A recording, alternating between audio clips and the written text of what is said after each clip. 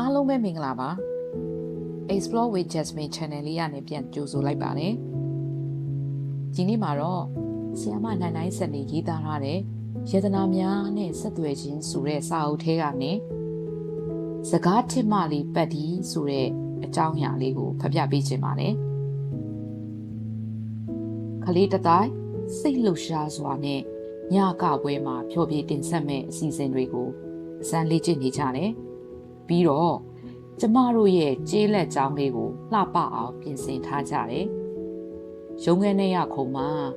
ကျမထိုင်နေတဲ့အချိန်ပတ်ဒီရောက်လာခဲ့တယ်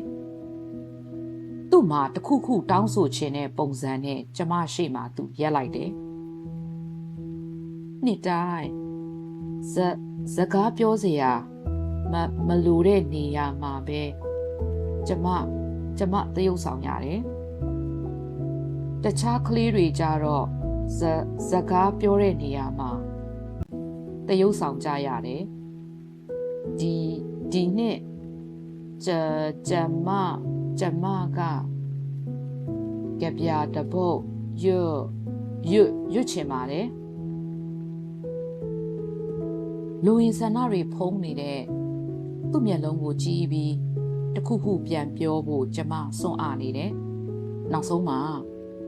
ပတ်ဒီရဲ့ပြင်းထန်တဲ့ဆန္ဒကြောင့်ကျမဒီ1ရက်2ရက်အတွင်းပတ်ဒီကြပြရွတ်ဖတ်ဖို့စီစဉ်ပေးမယ်လို့ကောင်းညိတ်ကလေးပေးလိုက်မိတယ်ဒီကလေးကအမှန်တကယ်ဖြစ်လာဖို့တော့တော်တော်ခက်ခဲမှန်းကျမသိတယ်ကျမစာအုပ်တွေတအုပ်ပြီးတအုပ်လှန်လောရှာပေမဲ့ပတ်ဒီနဲ့တင့်တော်တဲ့ကြပြတပုံမှရှာမတွေ့ခဲ့ဘူးညောင်လင်းချက်မဲ့တဲ့အစုံကျမအေးပြက်ခံပြီးသူ့အတွက်ကြပြတပုတ်ဆက်လိုက်မိတယ်ရွတ်ဆိုတဲ့အချိန်မှာပတ်ဒီရှာလိုက်နိုင်တဲ့အရေးသားမျိုးကိုကျမဂရုစိုက်ရှောင်တယ်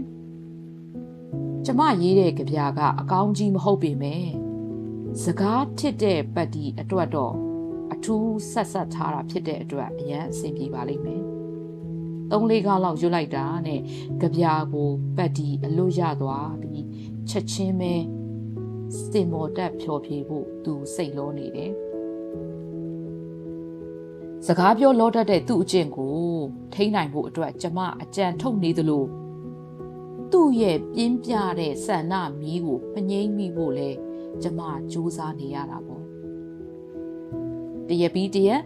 ပတ်ဒီနဲ့ကျမထပ်တလဲလဲလေ့ကျင့်ခဲ့ကြတယ်စာလုံးတစ်လုံးစီတိုင်းကိုကျမရဲ့နှုတ်ခမ်းအမူအရာကြည့်ပြီးသူကဂယုတစိုက်လိုက်ရွတ်ဆိုတယ်ပြင်းမို့ကောင်းတဲ့လေ့ကျင့်မှုကိုခံယူပြီးတော့သူ့ရဲ့ပထမဆုံးရွတ်ဆိုပွဲကိုစိတ်ထင်နဲ့သူစောင့်စားနေခဲ့တယ်ကာပွဲညမှာကလေးတွေအားလုံးပျော်ရွှင်လှုပ်ရှားနေကြတယ်ပွဲကျင်ညာသူကကျမစီအပြေးလာပြီးပွဲစဉ်စာရွက်ကိုပြတယ်ပြီးတော့မယုံကြည်ဟန်နဲ့ပွဲစဉ်စာရွက်မှားနေတယ်ထင်တယ်ပတ်ဒီကိုကြပြရွတ်ဖို့ဆရာမထည့်ထားတာမလားအဲ့ဒီကောင်မလေးကသူ့နာမည်ကိုတောင်သူဖျောက်အောင်မရွတ်နိုင်ဘူးထစ်အားနဲ့လို့ပွဲစီစဉ်သူကကျမကိုပြောတော့ကျမလည်းသူ့ကိုရှင်းပြနေချိန်မရတာကြောင့်ခက်ပြက်ပြက်လေးအခွန်းကျမပြန်ပြောလိုက်တယ်ကျမဘာလုပ်နေလဲဆိုတာကျမသိတယ်ပွဲကအစဉ်ပြေနဲ့အစီအစဉ်တစ်ခုပြီးတစ်ခုတင်ဆက်နေတယ်ကလေးမိဘဆွေမျိုးတွေရဲ့လက်ခုပ်တန်းကပွဲကိုပို့အထွတ်အထိပ်ရအောင်တွန်းပို့ခဲ့ကြတယ်ပတ်ဒီလည်းရောက်ပါတော့မယ်ပျော်ရွှင်နေတဲ့ဒီပွဲကိုပတ်ဒီကြောင့်ပြတ်သွားနိုင်တယ်လို့အစီအစဉ်ကြီးညာသူကကျမကိုထပ်ပြီးလာပြန်ပြောတယ်အဲ့ချိန်မှာကျမလည်းတီးခံနိုင်စွမ်းမဲ့ပြီးသူ့ကိုပြန်អော်မိလိုက်တယ်ရှင်စိတ်ပူစရာမလိုဘူးပတ်ဒီလုတ်ကိုလုံနိုင်တယ်ရှင်သာရှင့်တာဝန်ကြည်ပါစေသူ့အလှည့်ရောက်ရင်အစီအစဉ်စာရွက်ပေါ်ကအတိုင်းရှင်ကြီးညာလိုက်ပါစီပေါ်ကနေကျမခုံချပြီးပရိတ်သက်ရဲ့ရှေ့ဆုံးတန်းမှာသွားထိုင်နေလိုက်တယ် ကျင်ညာသူကြည့်ရတာစိတ်သိမ့်မကြည်တဲ့ပုံစံနဲ့ဆက်လက်ပြီးအစီအစဉ်ရကြပြရွတ်ဆက်ဖို့ပက်ဒီကိုနာကိုဖိတ်ခေါ်ပါတယ်မကြည်နဲ့တဲ့ကျင်ညာတန်နဲ့အတူပရိသတ်စီကလည်းအံ့ဩတဲ့အတန်ကိုကြားလိုက်ရတယ်အဲ့ဒီနောက်မှာတော့ပွဲချင်းတစ်ခုလုံးတိတ်ဆိတ်သွားတော့တာပေါ့ကလကအဖွင့်စင်အလဲမှာသူ့ကိုယ်သူယုံကြည်မှုအယောင်တွေနဲ့ရက်နေတဲ့ပက်တီကိုကျမတွေ့လိုက်ရတယ်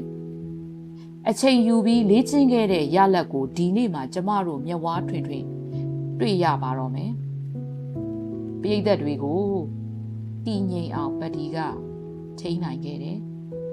စင်အောက်ကကျမလှုပ်ပြတဲ့ပါဇက်အမှုအရာကိုကြည့်ပြီးကြပြာကိုတခွန်းချင်းပီပီတတသူရွတ်ဆိုနိုင်ခဲ့တယ်ကြည်လင်ပြတ်သားတဲ့အတန်နဲ့တခွန်းမှလည်းချစ်မနေဘူးကြပြာရွတ်အပြီးမှာအောင်နိုင်သူအပြုံးနဲ့ပရိသတ်ကိုတောင်သူကဦးညွန့်အလေးပြုလိုက်သေးတယ်သူ့မျက်လုံးအိမ်မှာအယောင်တွေလတ်လတ်ထားနေတယ်ကလကပိတ်ချချိန်ထိပရိသတ်စီကဘာအတမ်းမှထွက်မလာဘူး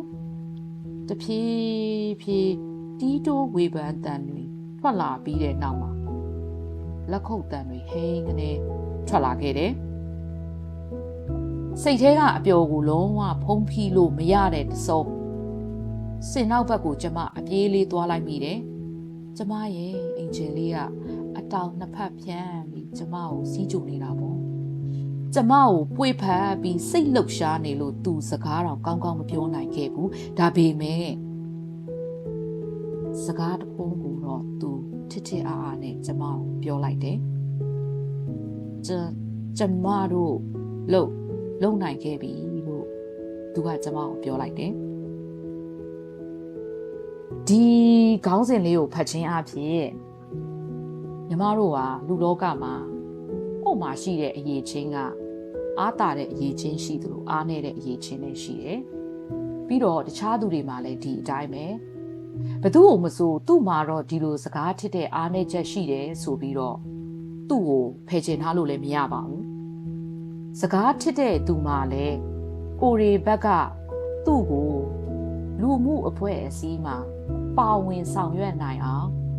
တွန်းအားတွေအားပေးမှုတွေစော်ဩမှုတွေနဲ့ကုညီဆောက်ရှောက်ပေးမယ်ဆိုလို့ရှိရင်ယုံကြည်မှုလည်းပါတာပေါ့ကုညီဆောက်ရှောက်ပေးမယ်ဆိုရင်သူတို့ရဲ့ပြင်းပြတဲ့စိတ်ဆန္ဒလေးတစ်ခုတည်းနဲ့တင်ကိုသူတို့ရဲ့အားနည်းချက်ကနေဘဝမှာသူတို့အတွက်အားသာချက်တွေအများကြီးပိုင်ဆိုင်လာနိုင်ပါလိမ့်မယ်အဓိကကတော့ကျမတို့တွေဟာလူတွေကိုဒန်းတူညီမျှအခွင့်အရေးပေးပြီးပံ့ပိုးပေးနိုင်ဖို့ပဲလိုပါတယ်အားလုံးကိုကျေးဇူးတင်ပါတယ်